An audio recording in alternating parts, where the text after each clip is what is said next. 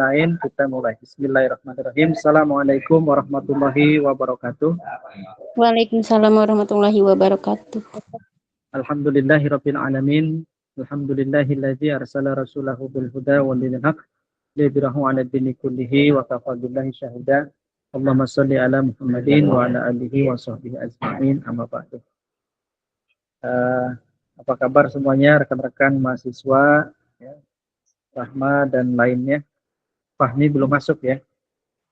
Alhamdulillah kita diberikan kenikmatan oleh Allah Subhanahu wa taala untuk belajar mengenai Kapita Selecta.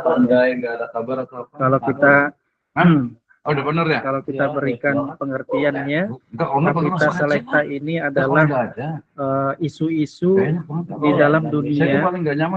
Kalau kita pas Kapita Selecta pendidikan agama Islam, berarti adalah isu-isu yang muncul di seputar pendidikan agama Islam. Jadi kalau kita masuk ke dalam pembahasan di dalam Kapita Selecta, kayak kemarin kan kita sudah bahas ya, bagaimana pengertiannya. Kalau teman-teman lihat video YouTube ya, video YouTube yang Bapak share, artinya adalah bahwa Kapita Selecta ini adalah mata kuliah yang sangat penting. Ya. Nah, Bapak di sini mengambil salah satu buku ajar yang ditulis oleh Profesor Rusdiana dari UIN Bandung. Profesor dari UIN Bandung. Ya, bukunya sudah kelihatan atau belum? Rahma sudah kelihatan atau belum nih? Apa? Presentasi Kelihatan, Bapak? Pak. Sudah ya. Ini Bapak akan coba masuk ke dalam isu mengenai tantangan pendidikan masa kini dalam perspektif Islam di era globalisasi.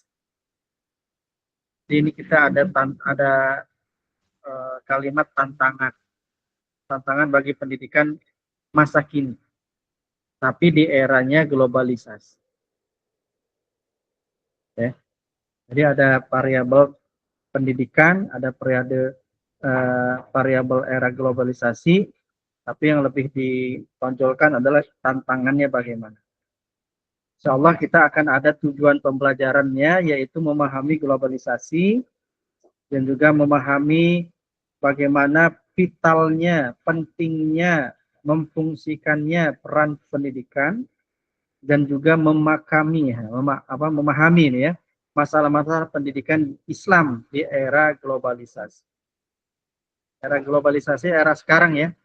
Sebenarnya kita itu eranya era digitalisasi.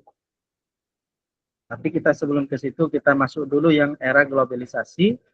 Apa yang dimaksud global itu, dan lain sebagainya. Baik, sebelum itu yuk kita sama-sama dalam hati kita niatkan dengan bacaan basmalah. Bismillahirrahmanirrahim. Jadi kalau kita masuk ke dalam pembahasan globalisasi, maka cakupannya itu adalah seluruh aspek kehidupan. Dan kalau kita masukkan ke dalam globalisasi yang masuk ke dalam bahasa pengertiannya, maka global itu adalah menyeluruh, kuliah, ya, seluruhnya, global secara umum. Tapi kalau kita bahasnya globalisasi, bagaimana pengglobalan secara keseluruhan aspek kehidupan yang wujudnya adalah di segala aspek kehidupan. Jadi segala aspek kehidupan itu ingin diglobalkan. Ya. Bagaimana, jadi kalau kita bahas globalisasi tidak hanya masuk hanya Indonesia, tapi juga budaya-budaya dari luar, budaya-budaya dari asing masuk ke dalam pendidikan di Indonesia. Ini harus konteksnya seperti itu berarti. Maka globalisasi ini mengandung arti terintegrasikannya, nyambung, bagaimana bersambungnya kehidupan Indonesia, kehidupan negeri ini dengan kehidupan dunia. Gitu. Nah, ini apakah ini ada untungnya, apakah ini ada ruginya? Jadi kalau teman-teman akan membahas tentang globalisasi dan tantangannya, ini posisinya, artinya. Baik itu adalah budayanya, ekonominya, politiknya, pendidikannya, semuanya nanti akan masuk ke dalam pendidikan. Nah, apakah nanti ada tantangannya? Baru setelah itu kita akan masuk bagaimana posisi pendidikan Islam. Ya. Pendidikan Islam itu tidak lain tidak bukan harus menjadikan sumber daya manusianya itu berasaskan Islam. Ya.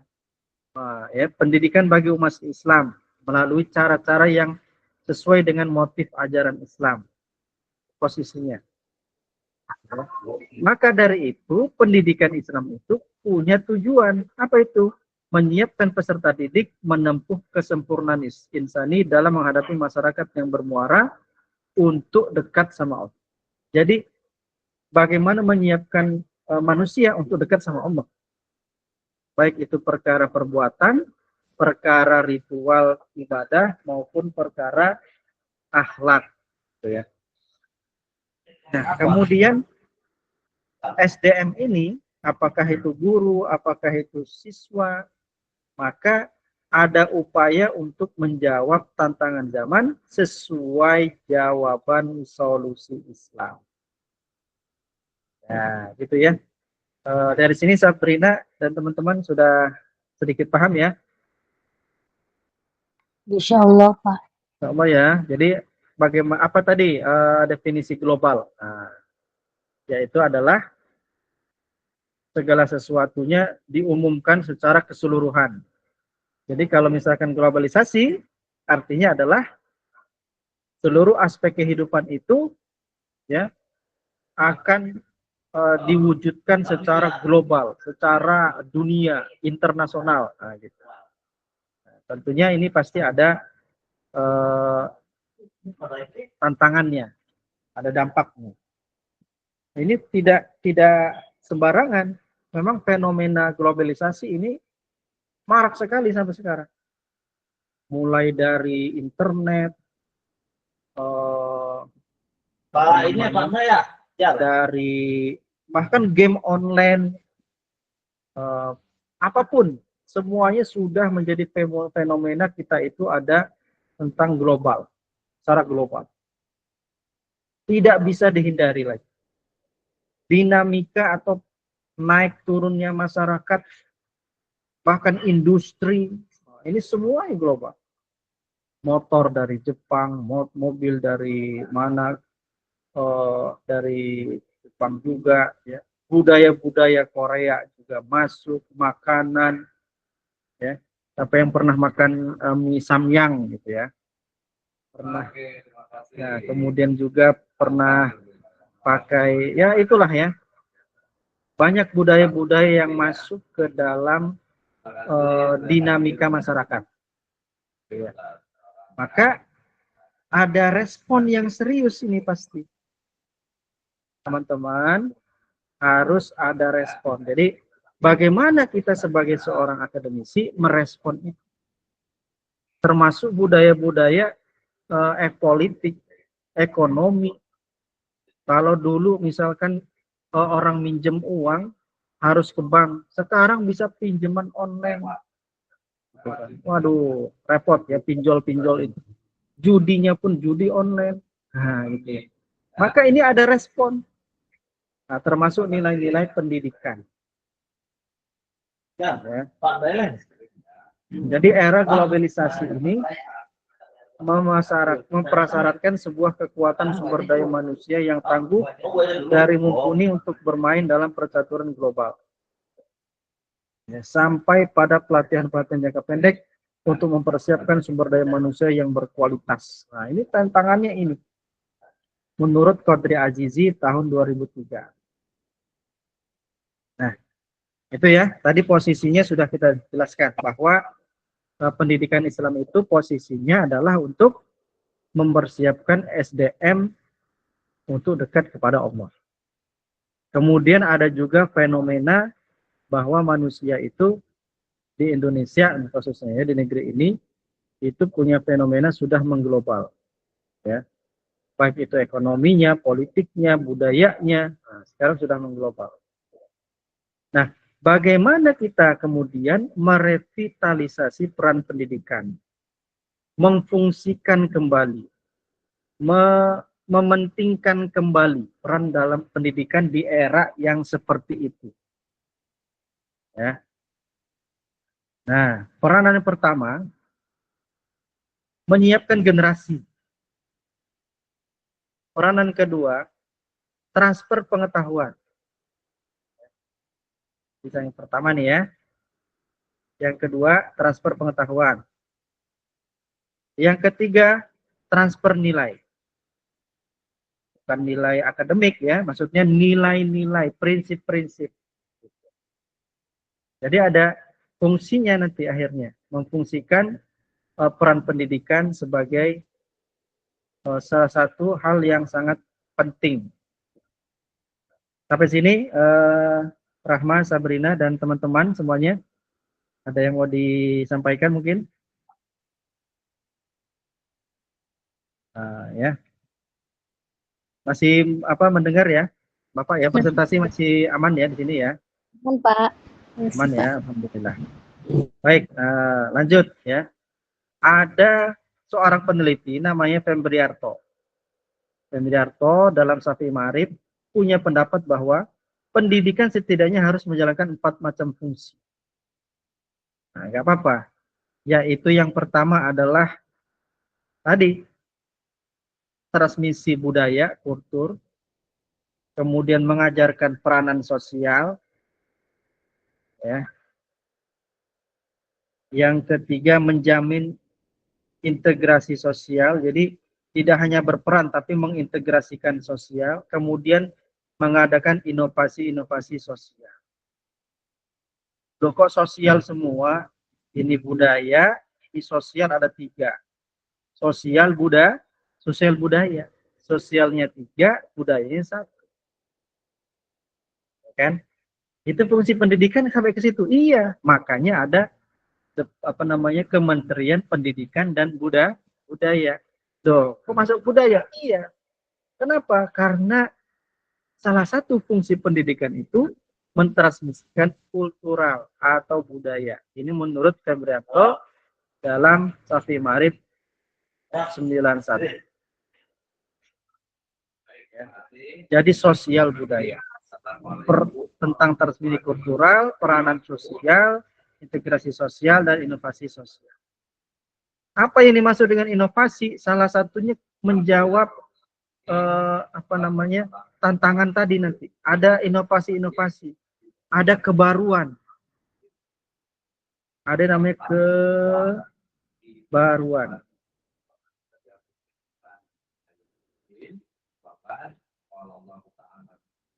Nah, kebaruan inilah yang nanti bisa menjadi solusi, ya. Jadi solusi, ya, menjadi solusi dari tantangan global. Lanjut ya. Oke. Coba kita lihat di sini ya. Siapa saja yang hadir nih? Wah, udah 10 orang ya. Alhamdulillah. Ada Abirah Arman ya, Masya Allah ya. Muhammad Safi'i, Fikri Haikal. Ya. Oke, sampai sini. Oke, kalau ada yang ditanyakan langsung ya, langsung saja. Nah, bagian dari itu ini juga bagus nih dari Haro ya. Ya, sama. Sosial juga nih. Alternatif baru, inovasi. Budaya juga. Nah, ya kan? Hampir mirip sosial budaya gitu. Nah, kalau Bapak tadi sampaikan bagaimana fungsi pendidikan setidaknya ada 4 tadi menurut apa Fembriarto ya, kemudian dalam apa namanya peneliti yang lain, maka untuk apa ada fungsi-fungsi itu, ya? tidak lain tidak bukan adalah ada kualitas unggul yang ingin dicapai. Tapi kualitas unggulnya apa? Harus mempunyai akhlakul karimah. Ya, Pak. Untuk perubahan tersebut, maka orientasi pendidikan, ya, orientasi itu fokusnya pada wawasan kemanusiaan. Pendidikan yang mendorong peningkatan SDM. Pendidikan wawasan ini apa? Wawasan kemanusiaan. Konsepnya fitrah. Kemudian pendidikan dorong pada peningkatan SDM. Inilah yang disebut dengan revitalisasi pendidikan.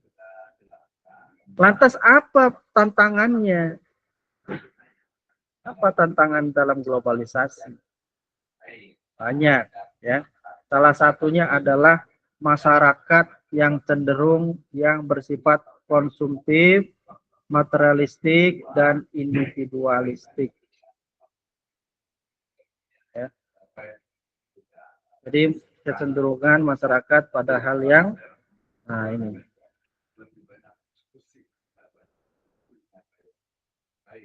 Ya. Ini efek sampingnya salah satunya.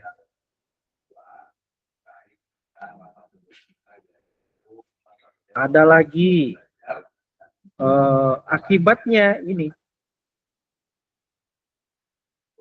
Media masanya tidak lagi bersifat lokal, melainkan bersifat nasional bahkan global. Nah, akhirnya menjadi beraneka ragam nilai-nilai yang masuk ke dalam masyarakat. Ya, media massa itu TV, kemudian apalagi sinetron-sinetron, apalagi ya drama-drama, film-film, apalagi ya budaya pop dan lain sebagainya. Ini sudah mulai masuk. Ya. Kalau dulu itu Barat, sekarang sudah mulai banyak Korea, Jepang.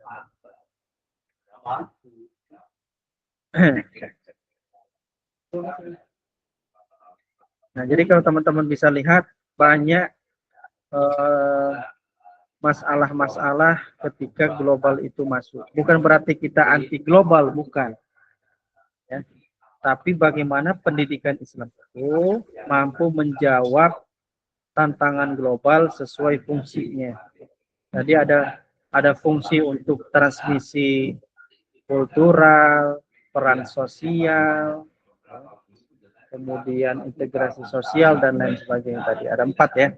Itu bagaimana bisa berfungsi untuk mengalihkan bagaimana budaya yang kurang baik ketika diajarkan dalam Islam itu nilai-nilai Islam untuk mendekatkan diri kepada Allah, muncullah sesuatu yang lain yang disebut dengan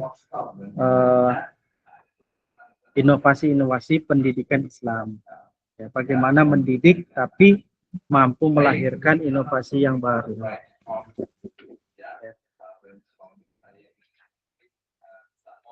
Nah, itu tantangannya. Bagaimana selanjutnya? Ini barulah kita masuk ke dalam membangun pendidikan ideal. Berarti solusi idealnya seperti apa? Idealnya bagaimana? Ini kok bisa pendidikan Islam itu mampu menjawab tantangan zaman. Ya. Ini ya, pendidikan idealnya hendaknya serba meliputi. Dalam surat Luqman, pendidikan hendaknya memberikan penyadaran fitrah keagamaan. Ya. Penyadaran potensi fitrah.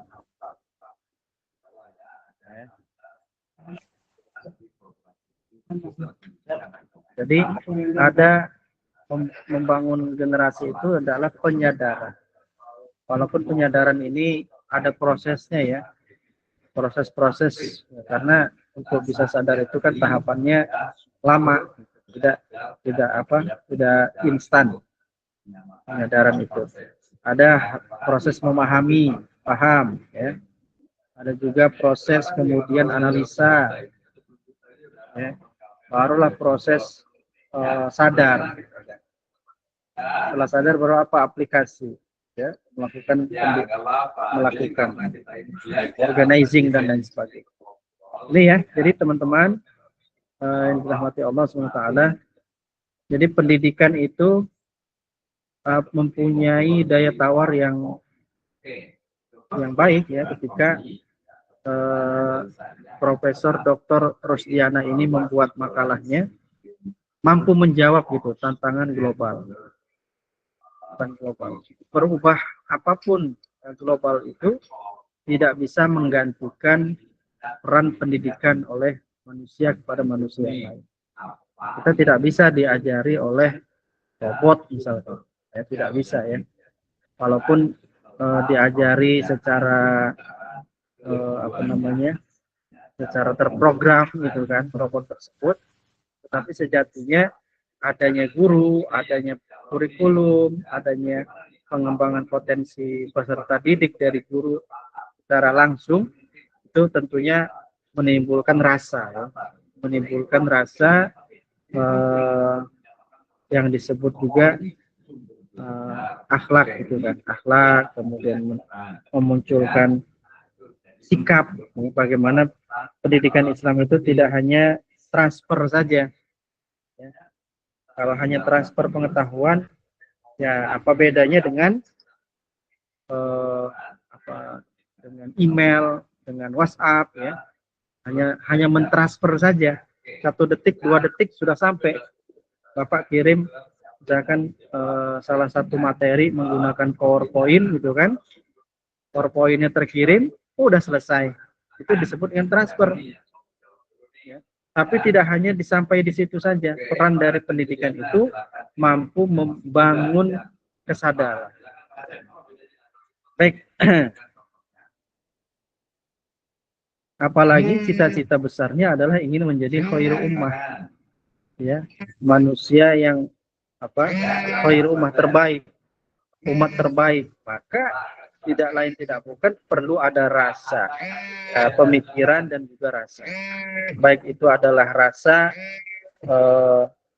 kasih sayang dan saling tolong menolong dan juga mencari kesamaan satu sama lain.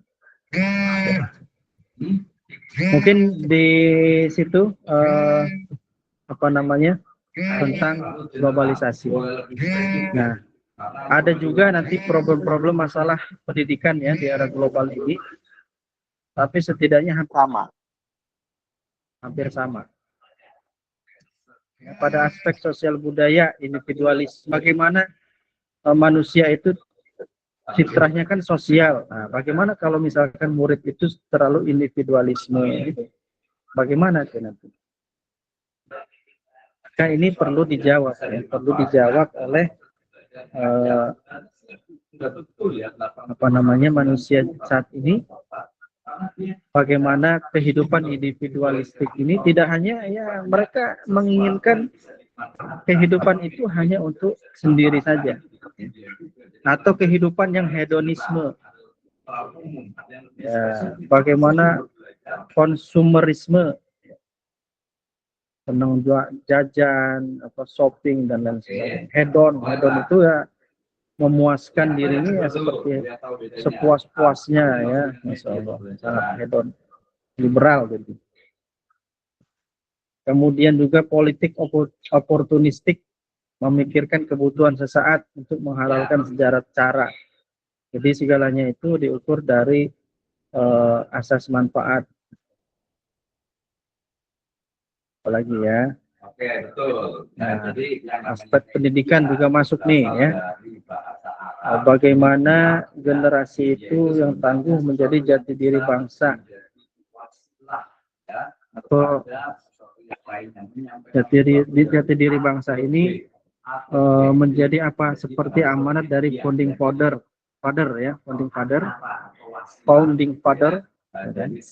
menjadi penerus kesejahteraan atau kemakmuran negeri. Itu salah satu fungsi dari pendidikan, dan menjauhkan sifat-sifat pendidikan yang materialistik Materialistik itu pendidikan yang dilandasi oleh nilai-nilai ya apa semuanya dilandaskan kepada harta, hanya sekuler akhirnya, dan lain sebagainya. Nah, tantangan-tantangan ini tentunya harus diselesaikan dan punya strategi yang baik gitu ya. Strategi yang baik sehingga muncul pendidikan Islam ini berada pada tataran yang maju ya, tidak terpuruk. Ini yang disampaikan oleh Profesor Rosdiana tahun 2013. Demikian dari Bapak, mungkin ada yang perlu ditanyakan sampai sini tentang global. Nah, tadi kita bahas tentang globalisasi ya, globalisasi. Masih ingat nggak tadi Sabrina? Coba. Ya, ada 12 orang ya. Fahmi, nah, Fahmi sudah hadir ya Fahmi ya? Iya Bapak, alhamdulillah. Alhamdulillah. Ya, silakan nanti absen. Ini ada absensinya di ada kesulitan dengan ini e-kampus. Ya mungkin sus ini apa teh absensinya Pak? Oh ya, proposal bisa. Oke, terima kasih Pak. Ada yang nggak bisa, ada yang belum gitu. Iya. Oh, kehadirannya nggak bisa. Oke, Iya, Pak. Pesan. Oh, Nggak gitu. bisa, Ini coba Bapak. aja di-scan nih, coba. Bisa nggak? Terus Nggak bisa ya? Apa karena memang Pakai saya lagi yang di gasnya nih, Pak? pakai e-kampus biasa bisa tuh yang tombol merah. yang dijadikan sumber belajar apalagi Bapak nanti dicoba. Tapi itu aja nanti yang belum hadir siapa aja? terus gitu ya. Tapi kan biasa saya bebaskan dulu gitu ya. Ya Sebentar ya. Coba yang hadir. Siti Nurhalimah hadirkah? Oke, Siti Rahmawati. Ya. Oke, nanti Siti Rahmawati Iya, Pak. hadir ya. Oh, mana ya? Kemudian Muhammad Abdul Jabbar. Abdul Jabbar. Hadir ya. Muhammad Nizan. Nizan Al-Abror. Oke. Siti Riyadatus Solihat. Hadiroh, Pak. Hadir. Ya. Hadir. Yang agak keras dikit ya suaranya ya. Fahmi ada ya Fahmi ya. Kemudian Sofyan Sauri. Tidak ada. Jalaluddin. Terima kasih. Lihat tadi kalau programnya bermain Tidak hadir. Nur Aida Fitria. Hadir, Bapak. Hadir. Hadir, Hadir Bapak. ya. Oke. Destia Laila. Hadir, Pak. Oke. Muhammad Syafi'i. yang menjadi pasti lah. Syafi'i ada hadir. Hadir, Pak. Hadir. Hadir, Oke. Pak. Perawati. Perawati nggak ada ya. Muhammad Abdullah. Emus Musri Musyirudin. Emus Musyirudin. Selviana Atsirani. Nggak ada ya. Jedan Nasrul Haq. Mahmud Rifai. Ada nggak ada ya? Labib Ghazali. Muhammad Zulhijjah. Fatih Ramadan. Oke, tapi Rizky Rizkiawan. Endang Effendi. tapi nggak boleh menembak juga ya. Ulfah Mulpiani. Ada ya. Suwarman. Dede Aang. Rian Hidayat. Waduh, banyak yang nggak hadir ya. Nah, dua-duanya, karena mata kuliah kita memang dua itu. Ada 8 yang hadir. Baiklah. Betul sekali, orang. baik itu lingkungan yang lebih spesifik adalah Tapi di sini 13 ya. sekolah yang dalam keadaan perasaan, termasuk juga nanti masuk juga Sauri Sofyan ada. keluarga, termasuk juga Sauri Sofyan, nah, betul sekali itu juga bagian dari Riri. Waduh, ini Riri belum dipanggil ya Riri ya? Udah Pak tadi. Udah ya, baiklah. Yang lain kemana nih?